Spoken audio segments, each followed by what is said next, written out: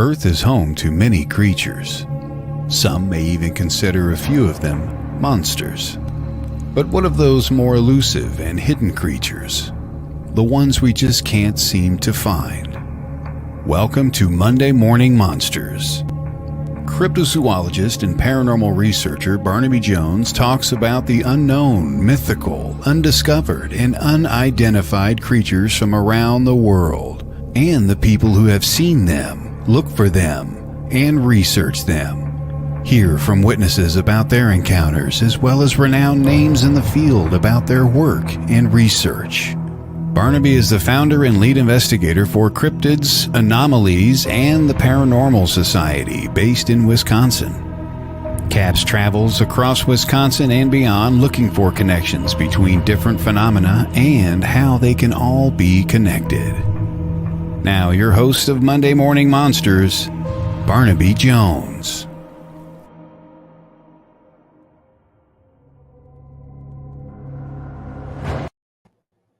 Good morning, monsters. We are upstairs in the Whispers from the Dark studio today because my computer decided to do an update at the last minute here, so we are live up here. It is a lovely Monday morning today, and I have a cool update for all of you out there. So on the first episode of Monday Morning Monsters, we interviewed Shitan Noir. And towards the end of that interview, we were talking about the company Colossal Bioscience and their work with cloning the woolly mammoth. And so I actually reached out to Colossal to try and have them on the show. Unfortunately, they said that they were focusing on their research and they weren't doing any interviews or podcasts. But they were kind enough to send me out a package. And I did an unboxing and stuff for our other show, Whispers from the Dark. But I wanted to show you all what I got here. I got a Colossal t-shirt with their logo. And they sent me a second t-shirt here, which I think is really cool. This is a woolly mammoth. And it says, "Lost but not forgotten." So I wanted to share that with all of you guys out there because I think it's really cool, the stuff that they're working on. Quite recently, they just announced that they have completed the Asian elephant genome sequencing. So now, hopefully, they'll be able to clone or help the species of the Asian elephant more and help stop de-extinction. So this company is really cool. They have an amazing website that talks about all their work. It's Colossal. Same as the t-shirt right here, colossal.com. And there you go, Colossal. And everything that you want to know about them is out there. Yeah. So if you can go check them out, their lead bioscientist, I actually found out that I have one of her books, and they didn't send me this, but I already had this, Beth Shapiro's How to Clone a Mammoth. I picked this up last year, and the de-extinction science. So go check out her book, and she is the leading on their project. But I wanted to give you an update on that because I know we had talked about them on the first episode of Monday Morning Monsters. So today's show, we have a great guest on to tell us a very cool story about a boy and his dog. And I think that's really cool. We're going to take a step back from the cryptids and weird stuff just for one episode here because our guest has a really cool event coming up here in Wisconsin, and as well as several other events around the country in the area here. So I want to bring on our guest today, Tim Maile. How are you doing, Tim? I'm doing great. Thanks for having me. Very cool. So I think we want to start out today. And let's talk about your dog, because that's where this all starts, right? It is where it all starts, and I'm going to bring people down on this 12 o'clock noon hour. Ooh. As long as we bring them back up. Yes, we will bring them back up. I like to make people laugh, so we'll manage to do that. Awesome. You're talking about Pawtographs for Pooches, and you're talking about Murray, and those are two things that I love to talk about. So. The story itself begins in 2006. I bought the home that I'm in right now. Still live in Oshkosh. We're practically neighbors, and it's funny how you don't know you live next to somebody until one of you reaches out. So it was good to get to know you and meet you, or not meet you yet, but talk to you a little bit, and appreciate you having me on here. But back in 2006, moved into this house and was really in a dark place personally. When I say dark, I mean extremely. Going through a lot of depression and anxiety. And I don't think we called it mental health back then. I just knew that I wasn't in the right frame of mind. I knew I wanted to get a dog when I moved in here. It was my first opportunity because I'd lived in apartment buildings otherwise my entire adult life. And moved in here and searched out for any kind of dogs at shelters. And I found one in Green Lake, which is about 45 minutes here from where I live. And the story on this pup was that he was 6 months old. He was beaten by his owner and actually rescued from the home by the rescue. I begged them to come and let me meet him. They didn't want me to because apparently he didn't like men. It was a man that had done these things to him. I convinced them that I was no ordinary man. And they managed to let me come and see him. And that little puppy that wasn't supposed to want anything to do with me, once they let him out of the kennel, he came running to me and jumped in my arms, and it just, you knew it was right from that beginning. So I managed to bring him home about a week and a half later. Process took a little longer than I wanted it to, but I had some activity going on in the home, and that's how I got into doing paranormal investigation. And nobody else was noticing anything that was happening. And from the moment I brought Murray into the house, he was following everything that I was hearing. And for the first time in a month, I didn't feel crazy. I didn't feel insane. And I'm sure doing what we do, you've heard that too from people that call you in, hey, I feel like I'm nuts here. And I could relate, because you're looking around and you're going, this isn't happening to normal people. But he came into the house and he was following everything that I was hearing, and actually followed something up the stairs the first day. And things were going well. Unfortunately, my depression and my anxiety got the best of me in early 2007. And I actually tried to take my own life. And the reason I'm here today is because while I was doing that, and while I was going through friends and family and convincing myself that it would be okay if I wasn't here, Murray came into the bathroom and he put his head on my arm, and it literally snapped me out of it. And from that moment on, we were like father and son. It wasn't boy and dog anymore. It was, this living being had saved my life. And how do I thank him for that? How do I repay him for that? And, a few years later, did a case that got some attention. We ended up on Paranormal Witness in 2013. And with that, I got some opportunities to do some paranormal conventions and do some speaking. And with doing the conventions, they let you have a table and they tell you to sell anything you want. And at the time, I didn't have anything, but I wanted to do something with that space. So came up with the idea for Pawtographs for Pooches. It was real simple in the beginning. We're just going to sell photos of Murray and I, and he's going to photograph them. I think, yes, I do. I still have the stamp here. We had the stamp made so he could sign all of his photos, and then I personalized them at events, and we were selling them for $10. And the first event we did, we raised $10 whole. And it was a little bit deflating, but you have to start somewhere. And gradually it grew, and there were events that got behind it, and we would raise $100, $200. And we started doing Pawtographs exclusive events, which I didn't think anybody would want to come and just hang out with me and raise money for animals, but I was wrong. And eventually the numbers started getting bigger and bigger. And, this past weekend we did an event out in New York and raised about $2,500, which puts us at close to $92,000 now in the last 9 years. So some great things have happened. And, unfortunately, dogs don't live forever. And in 2019, Murray did pass away. And just promised him that I would continue to do this, and we would keep pushing forward. And Dad wouldn't hurt himself because I got something to live for, and I owe it to him. So we continue to push forward with Pawtographs for Pooches, and Next April, it'll be 10 years.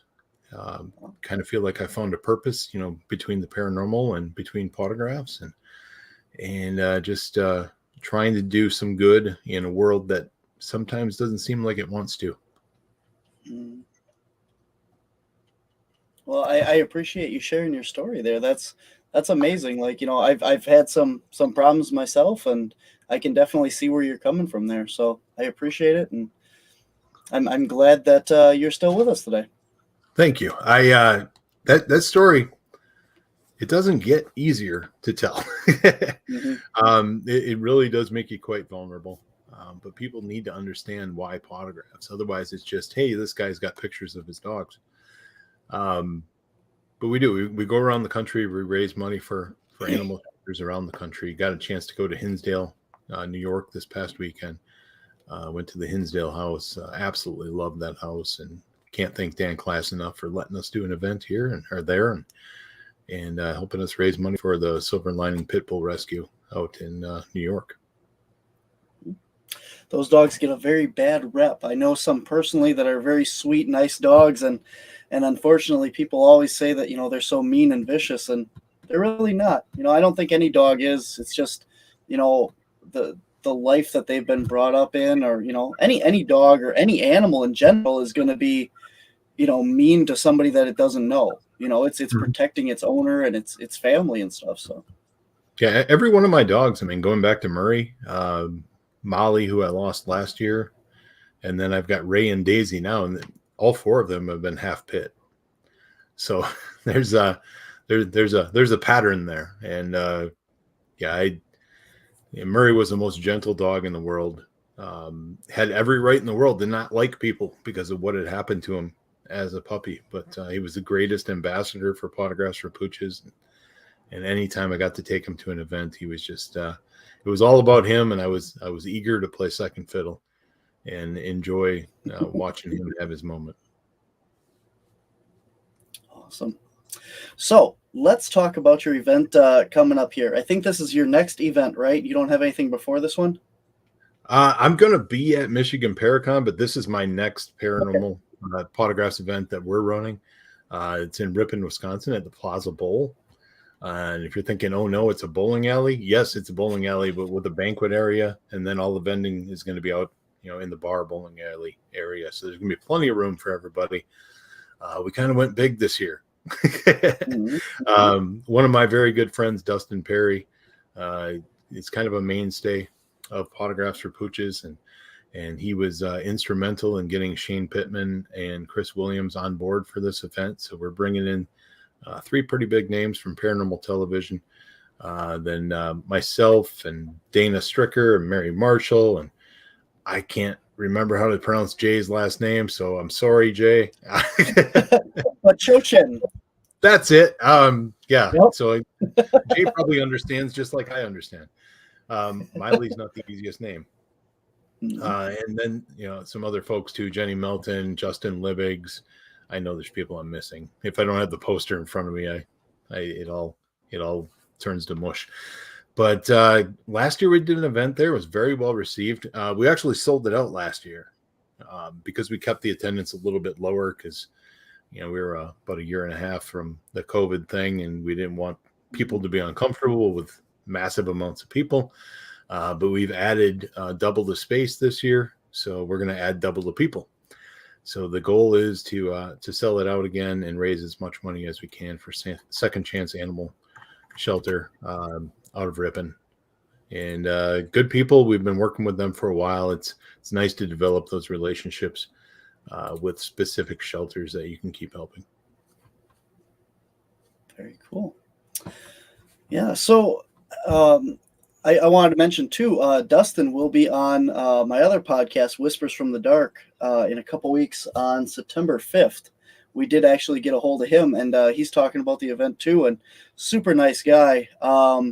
I've met him a couple times, and like you were talking about, like the troubles with your depression and that kind of stuff. I mean, he is a huge advocate for suicide prevention and just a great motivational speaker. I've heard him speak a couple times, and I mean, I can't say enough about how great Dustin is. So He is a wonderful friend. He's actually one of the first people that called me after Murray passed, and just talked to me to make sure that I was in the right spot and that I was okay. Yeah, he's been at a lot of our events, and he's a great person. A lot of people see him and they think, "Oh my God, you cannot be that nice all the time," and he genuinely is. It was funny because basically one of our friends, Tim Woolworth, we were all at an event, and Tim brought Dustin over to me, and he said, "Dustin, Tim, you guys need to talk. You got a lot more in common than you think you do." And we actually, back when I did a show, we did a whole hour on suicide prevention. We didn't talk once about the paranormal. It's a very big deal to me because people just don't talk about it enough. And when I talked about it this past weekend briefly at the Hinsdale event, there was actually somebody that came up to me afterwards with tears in her eyes and said, "Hey, I was in that place last week, and I'm so glad that I was here." So we're doing our best to save as many animals as we can. And I'd like to think that we're affecting some other lives too of the humankind. Yeah, definitely. I mean, you had the event, like you said, last year in Ripon as well. And Caps, my team, was going to come out to it, but we were actually out of state for that event. So this year, I'm really happy to be able to be there and be a part of this. I'm really looking forward to it. And that's why I wanted to have you on today.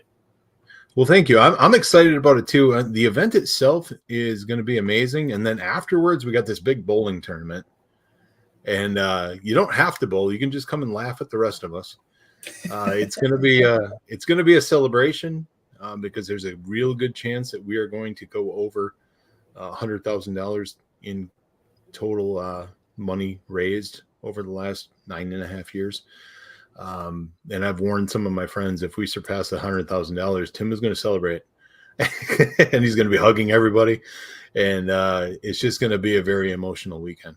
And can't wait for it, really. I've got some things in between, some other events that I've been invited to that I got to get through, and I got to promote those too, because that's what you have to do. But my focus is going to be on Ripon and making that the best event we can. Awesome. And we just got the event link over there in the comments section on all the platforms. So I want to go check that out. Pawtographs for Pooches Weebly.com /events. And link is right over there in the comments. You can go and get your tickets. Do you have to get tickets in advance, or can you get them at the door? You can get them at the door, but I'll also update on the event pages and online, where we sit for tickets, because they did sell out last year. So if you really want to be there, I wouldn't wait too much longer.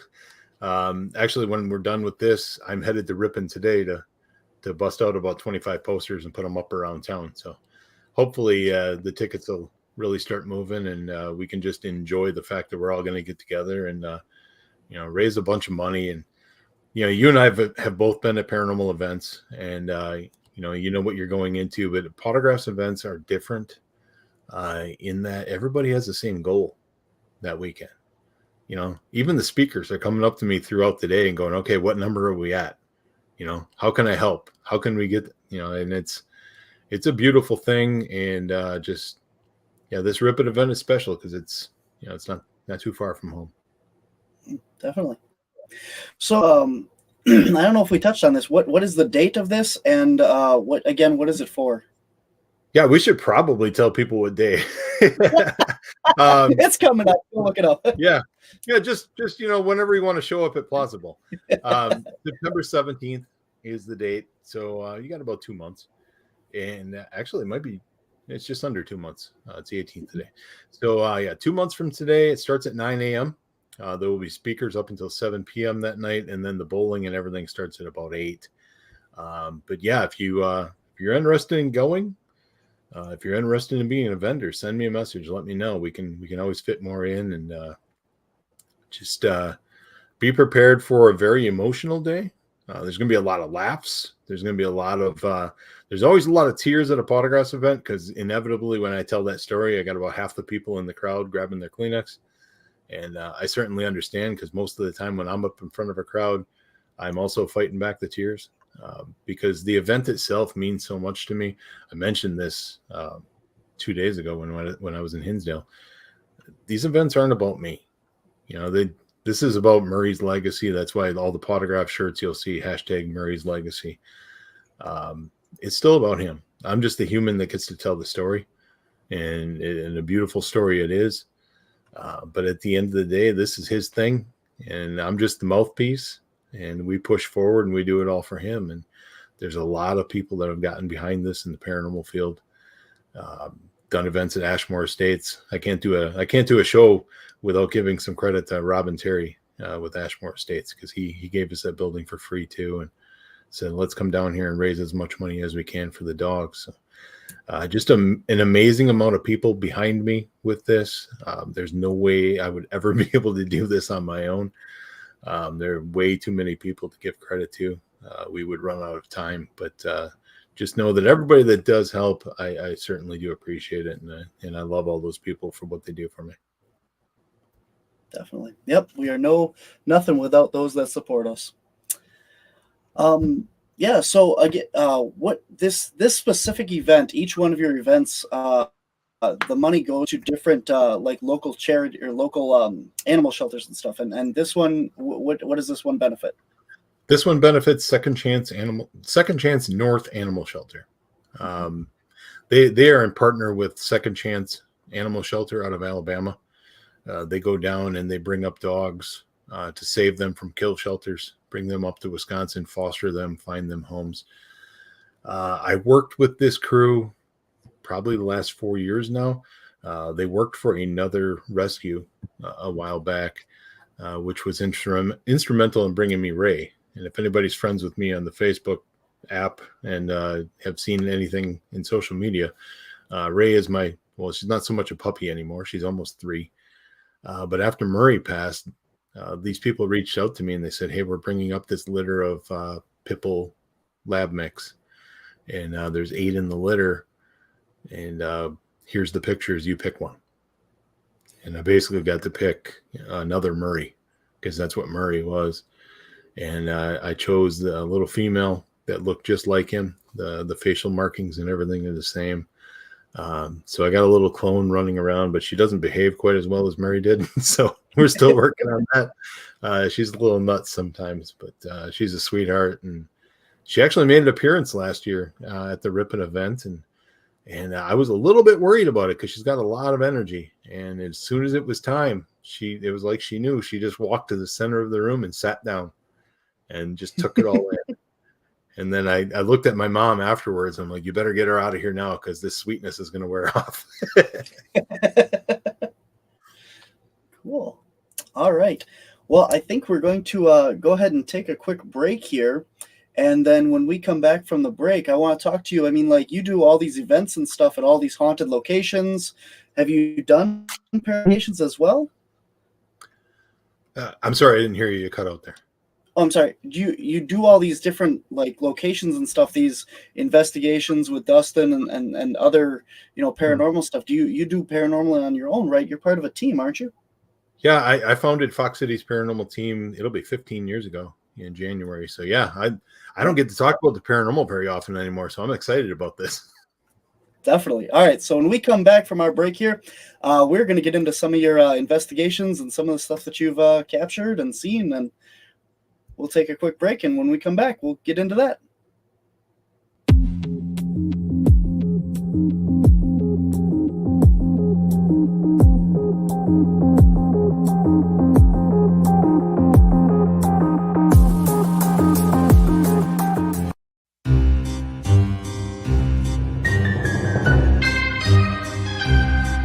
Hi, everybody. This is Patty Negri. Hi, I'm Pete Orbea. Hi, this is Nicole Strickland. My name is Hero. My name is Sean Clem.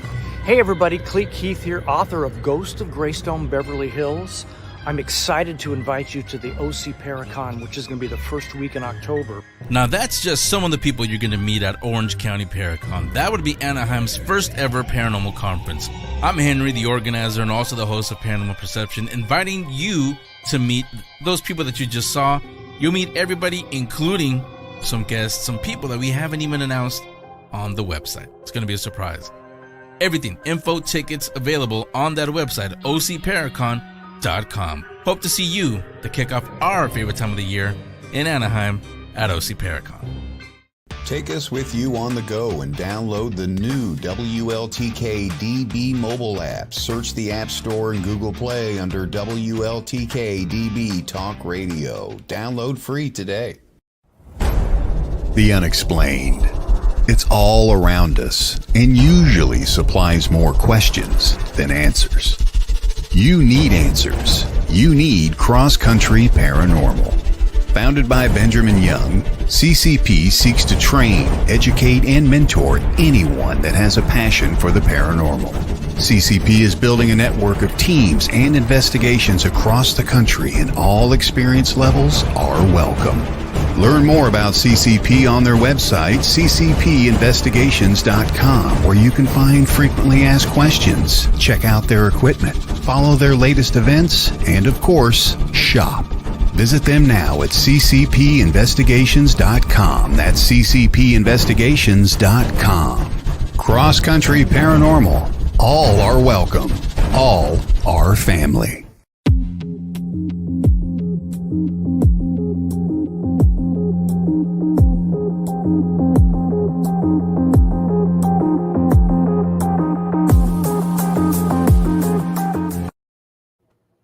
Hello, we are back with Tim Maile, the owner and founder of Pawtographs for Pooches, and he's got an event coming up on September 17th in Ripon at the Plaza Bowl. So we're talking about that and the whole legacy of Murray.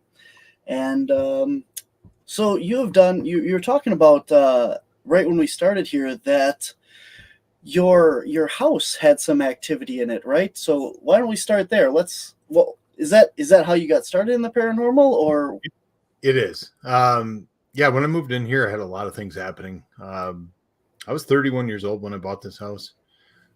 47 now, which, God, I feel old. But I was 31 when I moved in here, and just growing up and never. It's not that I didn't have an interest in the paranormal. It's just something that was never spoken about in our family.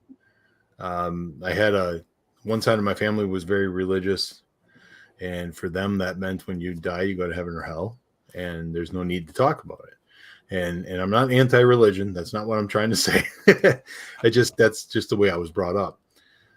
So when I moved in here, I had voices and footsteps. I remember like the second night I lived here, I was watching ESPN in the living room, and I could hear somebody walking very loudly from bedroom to bedroom upstairs.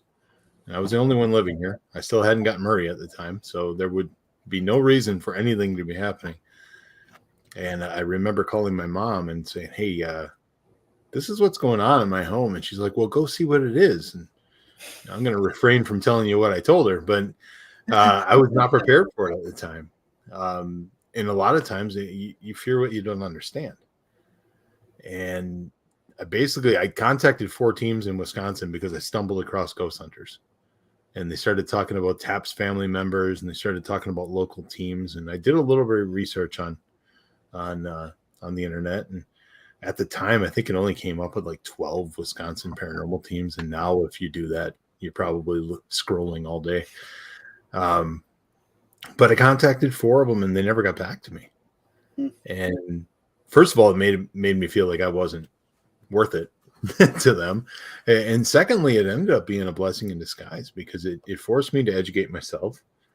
And if I had not done that, then who knows if we'd be doing what we're doing today.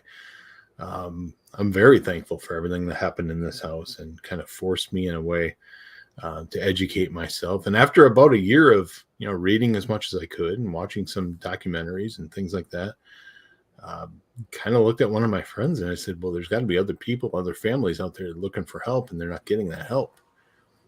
So we started Fox City's Paranormal Team in 2008. Never in my wildest dreams did I think it would lead me to any kind of TV, but it did that 5 years later. We've been able to help a lot of families, and we stopped counting at like 300 residential investigations. So it's a lot of work, but it's a labor of love. I mean, I'm preaching to the choir here. You know how much work goes into it. Which is involved. If you don't have a love for it, it's going to fade out pretty quickly. But like I mentioned earlier, though, that I kind of feel like I have a purpose now. Between the paranormal investigation and the Pawtographs for Pooches, that's kind of, in my mind, that's kind of why I'm here now. So we're going to keep pushing forward and doing that. And in the last few years, I haven't done as many residential cases, but it's not because we don't want to. It's just because there's a lot more opportunity, a lot of other teams in the area. So we don't always get that call. But when we do, we're always happy to help. And even if another team contacts me and says, "Hey, we got this case. This is what's happening. What are your thoughts?" Whatever we can do for that client is really what is important to me. So I don't always need the credit. It's just, whether or not that family can sleep at night again.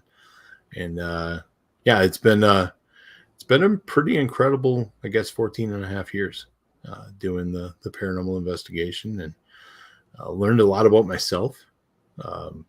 It's made me care about other things than myself.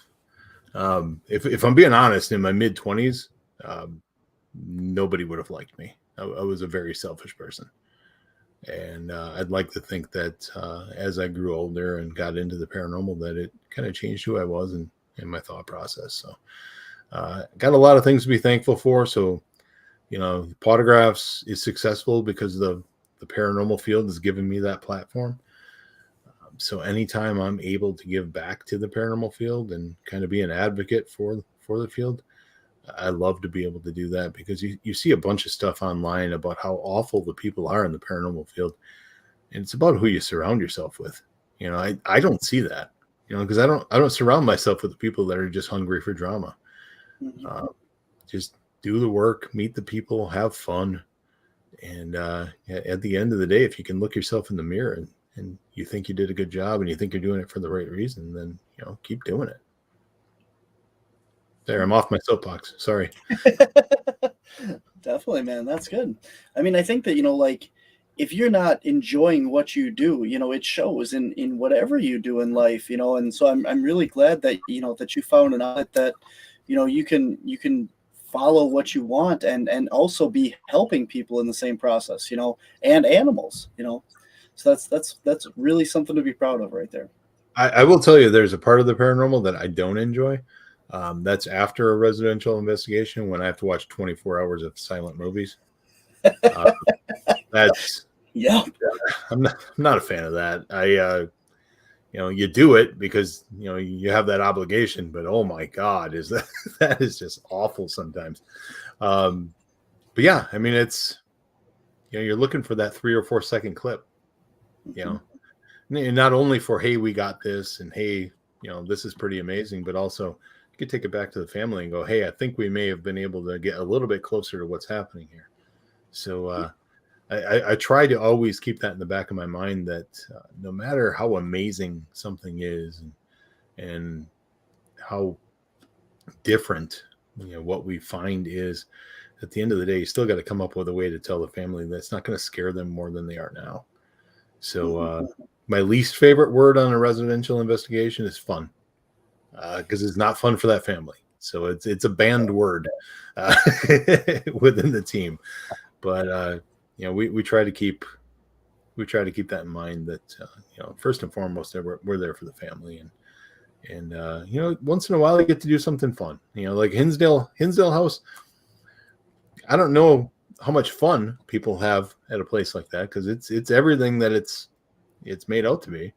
There's a lot of activity in that building, but I was surrounded by a lot of really good people this weekend. So. And we were doing something for the animals. So there were a lot of laughs. There were even a few moments where people that don't normally do this got a little intimidated, and we had to stop what we were doing and calm them down and just make sure that they were okay too. But yeah, the paranormal field has been wonderful to me. And yeah, I sound like a broken record, but I can't stress that enough. Very cool. Yeah, I think, like, you kind of touched on this too, like, a lot of people in these private cases and stuff, they don't understand paranormal. They're not the people that paranormal on TV and read about it and study it like the investigators and stuff do. So when something is knocking or making noise or they're hearing voices, the first thing they think is like, oh, there's a demon in my house or my house is possessed. And they don't stop and think that grandma passed away last year, and I'm going through some rough stuff in my life, and maybe she's just coming here to say, hey, knock knock, I'm still here, I'm watching you, I swear. And when my team has done not as many like private house investigations and that, but we've done a fair share.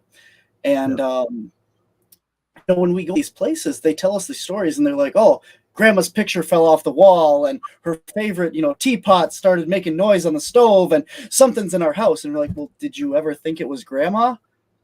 Oh, thank you.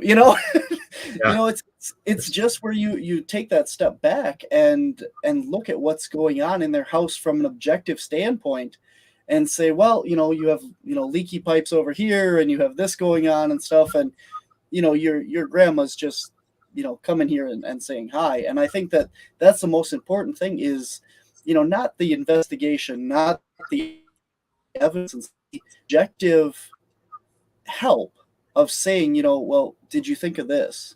Because a lot of the times, like I said, people they're not into the paranormal and they have all this stuff happening. They don't understand those little connections. I mean, what in some of your stuff? To wrap up the story about my activity when I first moved in here. Oh, yeah. I would find out 5 years later that was my dad. And then there was nothing to be afraid of anymore. He was just there to watch out for his boy. And that was my first interaction with his spirit. And it took me doing a case and calling in a medium for the first time, and the medium sitting in my living room and looking at me. And because early on in the activity, Murray had a scare, and he was in the corner shaking and looking at me in the walk-in closet. And a lot of people had been saying, hey, this is probably your dad. So I looked to my left and I said, hey, Dad, you can go. I'm going to be okay, which was the biggest lie I'd ever told my dad in my life. But in that moment, Murray was okay. So fast forward 5 years later, and Scotty Rourke, who's a fantastic medium from the Madison area, sitting in my living room, and he looks at me and he goes, your dad's upset you told him to leave. I'd never told anybody that. And then he started getting into things about my father. Like when I was 8, my dad was hit by a truck putting out cones for my school. And he'd be in a coma for 6.5 years. And then he passed away when I was 15. And he looked at me one day, and I didn't even ask him. And Scotty said, your dad says you're 15. It's okay. And it bothered me for so long that when they took him off life support, I went home. I didn't stay there and hold my dad's hand. And it had been eating at me. And my dad came through to Scotty to say, hey, it's okay. You were 15 years old. Don't worry about it. So that's just some personal growth on my part from being in the paranormal, and then dealing with some of our clients. I mentioned how many cases we had done, but there's only one case that we did where they asked to have the spirit removed. Most times when you understand what may be happening, it's not so scary anymore. I mentioned earlier, you fear what you don't understand, but like you were talking about, if it's grandma, then what's the big deal? It's a pretty beautiful thing for grandma to be coming and visiting you. But there's only been one time that after the case that the family looked at us and went, okay, we need this to be gone. So the paranormal in movies and television, a lot of times they focus on the negative because the negative is sensational, and the negative sells movie tickets, and the negative sells ad space. But there are so many beautiful things within the paranormal. If you just take the time to look. I mean, I get a lot of credit for the Pawtographs stuff, but Mike Couch is doing wonderful things for children with Lost Limbs Foundation. And he's got a lot of folks behind him. I was at one of his events this year. We sold sweatshirts and Murray pictures and gave all the money to kids. So there's some amazing things happening. And boy, I don't know. If I would have never gotten into this, I don't know what I'd be doing right now. But I'm pretty sure I wouldn't be very proud of it. Yeah. I don't want to give anyone the wrong impression either. I mean, there are definitely things out there, like you said, that, you know, Oh, you yeah. don't want in your house. I mean, not everything is grandma knocking over your pictures and stuff. Exactly. But for the most part, you know, it's good to know that those things are out there as well. And I mean, anything, you know, in your house can be scary if you don't understand it. And there are definitely times when, you know, something else could be there. But I would say 9 times out of 10 at least, it's probably just, you know, somebody trying to get your attention and let you know that, you know, they're okay, you're okay. Yeah, I didn't mean to get that impression either. There are some things out there that you know, are not fun to deal with, and families are dealing with them, you know, every night. But the majority of cases we've done, you know, when it's come to the end, you know, once you explain it, even if it's not anybody that they know, as long as they understand, okay, I don't think this is anything to worry about. I will, jumping off topic here, I see the Bigfoot crossing sign behind you. I was on a show once and somebody asked me, they're like, would you ever go on a Bigfoot hunt? And we've never met, but I'm 6'4", about 250 now, because my health issues have made me lose weight. But I'm a bigger guy. And I was like, I want no part of that. And the host was like, what are you talking about? I'm like, well, what are you going to do when you find him? Like, have we ever thought about that? I mean, this thing is bigger than a bear. I mean, it's not going to be like, hey, thanks for finding me, guys. I don't want to be around when we find it. So I'll let the rest of you guys go do that, and I'll watch your videos. But yeah, I was the guy who runs the Fox Cities Paranormal team with me, Todd Arnold. Been doing this for almost 15 years, and we've become like brothers. I found out a couple of years ago he's deathly afraid of bears. We were doing a case up in Mountain, Wisconsin, and on the edge of the woods, because there was something that happened on the property. So we were outside at the time, and it was just him and I. And there was all this traffic through the woods. And I grew up in Wisconsin, and I don't know if you know this, but like, you can tell when it's like a herd of deer, you know, because it just has that sound. You know, there's multiple animals walking, and I didn't think anything of it. So I just continued to do what I was doing. And I turned around after a minute, and Todd wasn't there. I turned and talked to him, and I looked back, and he was standing by the front door. And I'm like, what are you doing? He's like, I'm not going to get eaten by a bear. I'm like, so you're just going to let me to die? So I learned my place there, that if push comes to shove, he's going to shove me in front of the bear. But yeah, so all the credit in the world to you guys that go looking for Bigfoot, because I am not that brave. Bear nothing, man. We just did a whole episode last year on Bigfoot in Mountain, Wisconsin. So there's quite a number of sightings, experiences, and evidence that my team gathered, as stuff that, you know, we'd heard in the area. So, you know, that's definitely interesting. Maybe it wasn't a bear, because we didn't hear too many bear stories up there. So, you know. After we're done with this, send me that link. I'd like to watch it. I definitely will. Yep. Sounds good. Yeah, we've gone all over looking for Bigfoot and stuff. And yeah, I was going to ask you, I mean, this is Monday Morning Monsters, you know, so you do the paranormal, but you've never gotten into any of the other cryptids, lake monsters, dogmen, any of that stuff? I stay in my lane.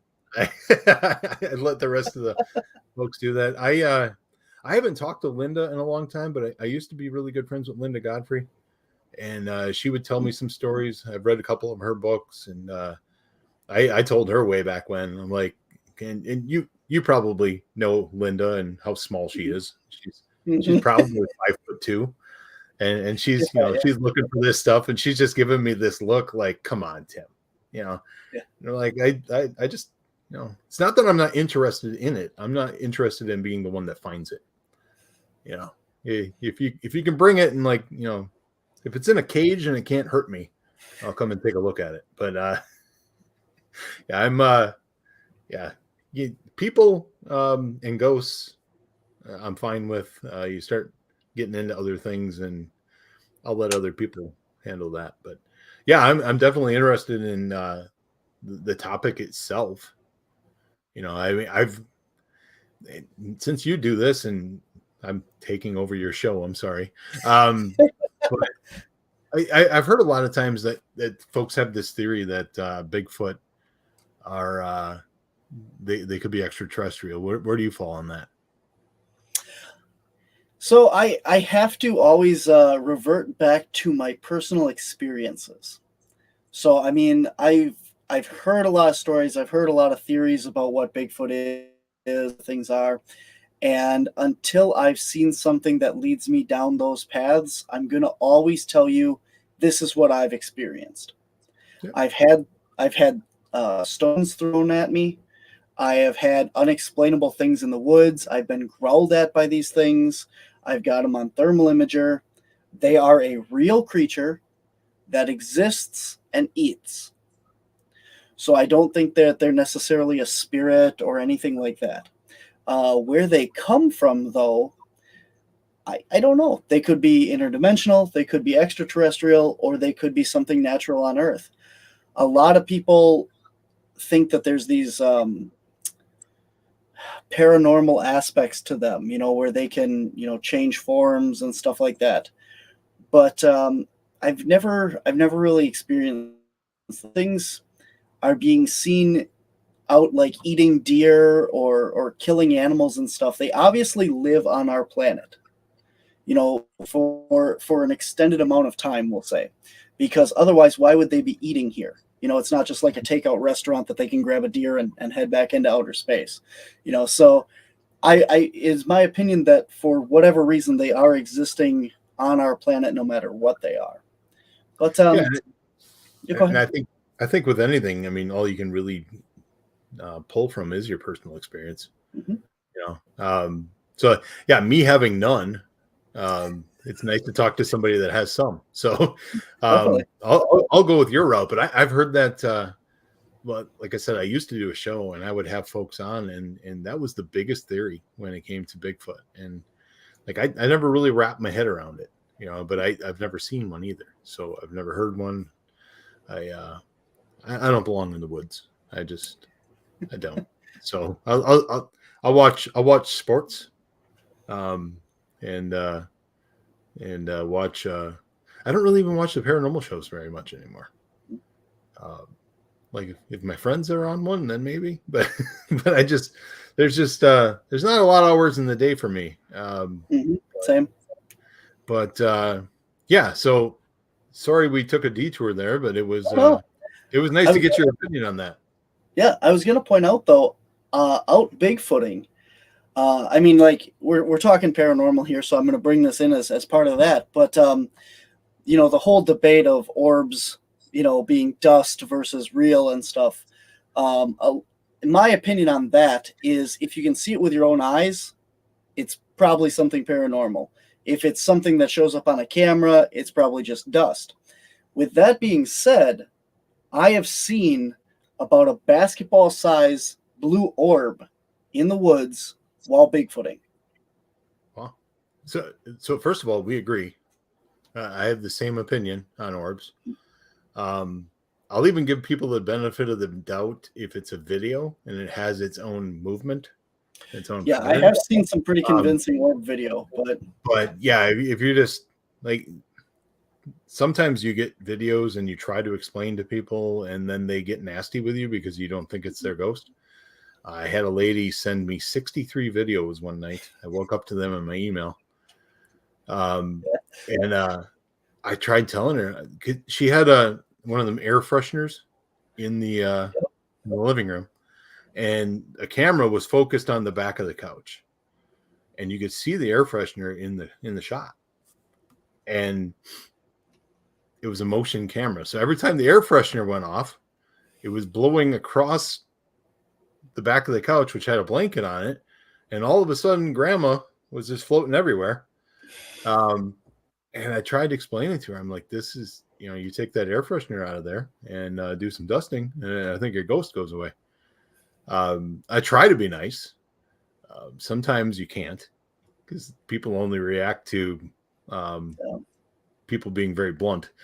And that took me a long time to get to that point where I was comfortable telling people, this isn't what you're hoping it is.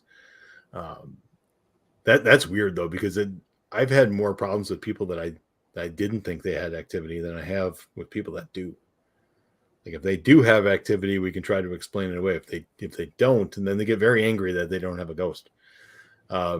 In some instances, but I mean that we're talking like 3, 4, 5 visits, because we pride ourselves in going back in, because if we didn't get anything in that 6 or 8 hours, that doesn't mean it doesn't exist.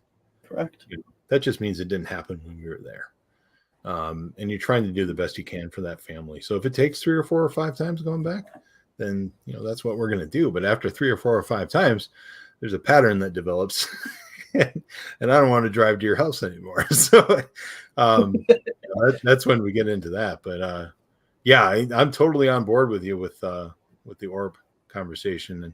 And if you're going to see something basketball size out in the woods, this big blue orb, I would probably give that some credibility.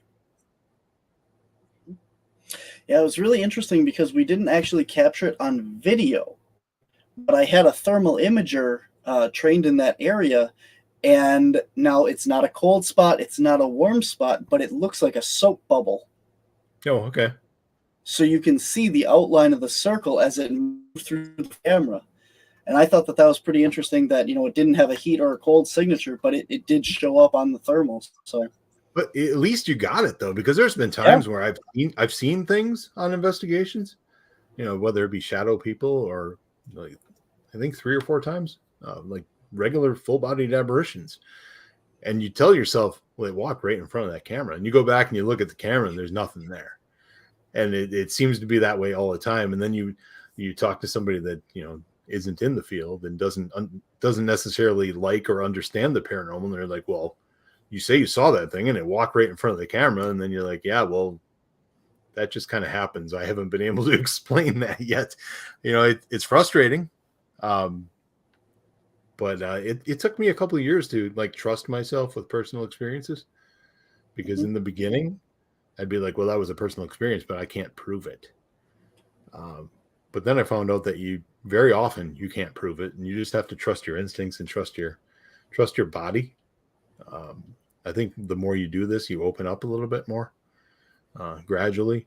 And I'm at the point now where I don't want to open anymore, because I'm hearing and seeing things in just my everyday life, and I give all the credit in the world to mediums and psychics, and the things that's just a lot of pressure that I don't think I would want.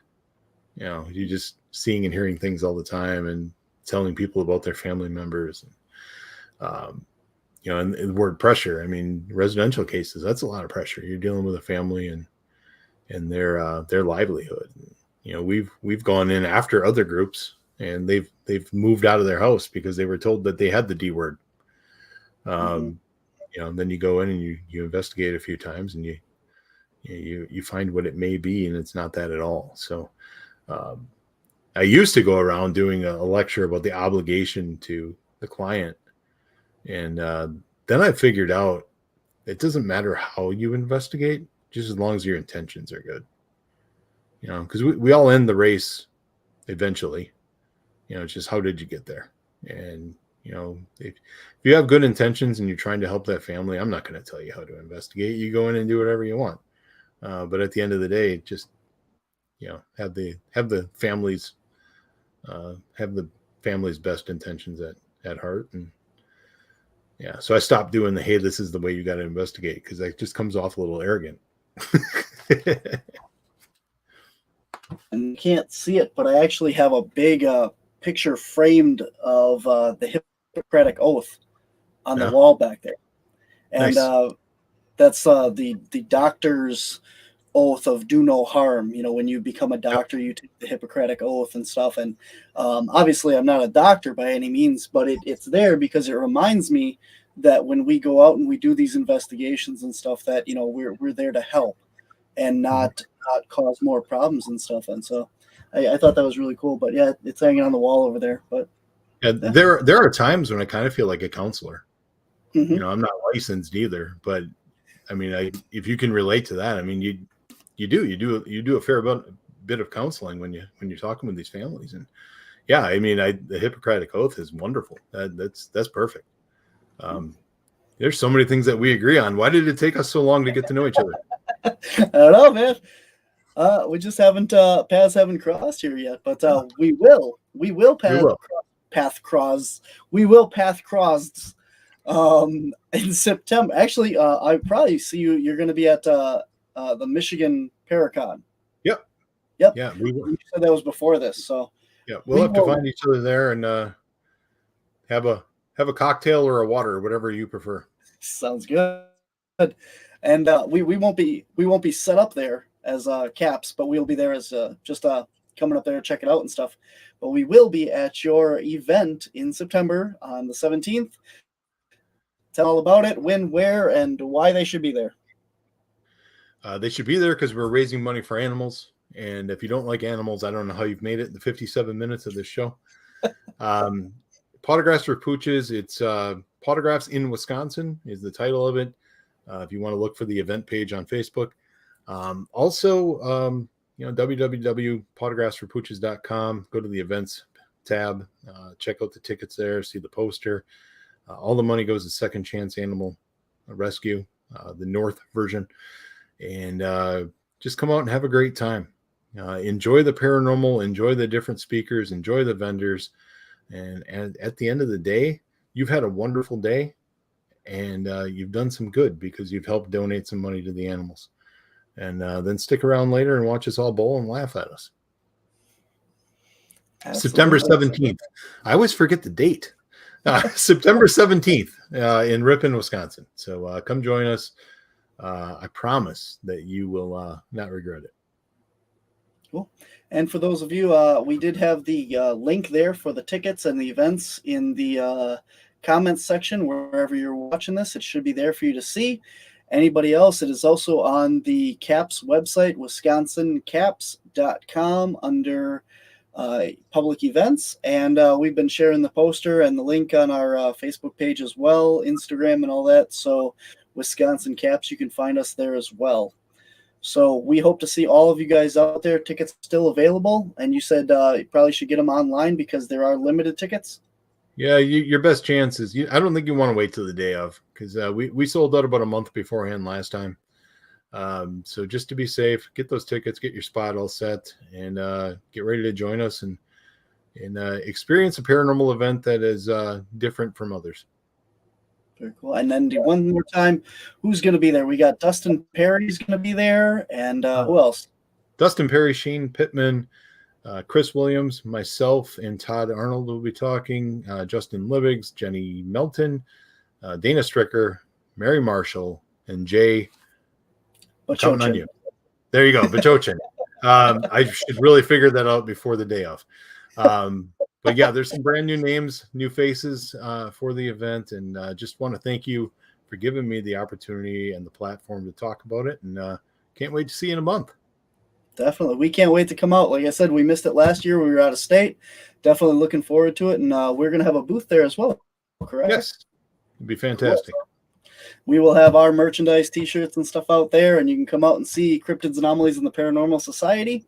We'll be out there. And a lot of other great folks, speakers, bowling, and puppies. So awesome.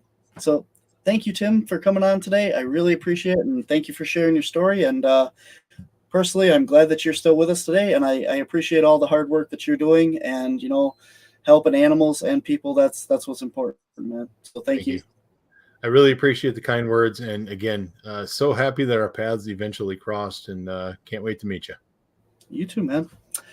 All right, guys, we are all set for the end of today's show, and I want to tell everybody next week we have Jonathan. I think it's Easley on the show, and he is from the Western Bigfoot Exploration, and he will be talking all about the work that he's done out in California with the Patterson Bluff Creek project. So we're going to get in depth with the original Patterson-Gimlin film footage and the location and a lot of other great Bigfoot stuff next week. So join us next Monday at noon, and until then, guys, Tim, again, thanks for being on our show. Thank you. And we'll see you out there.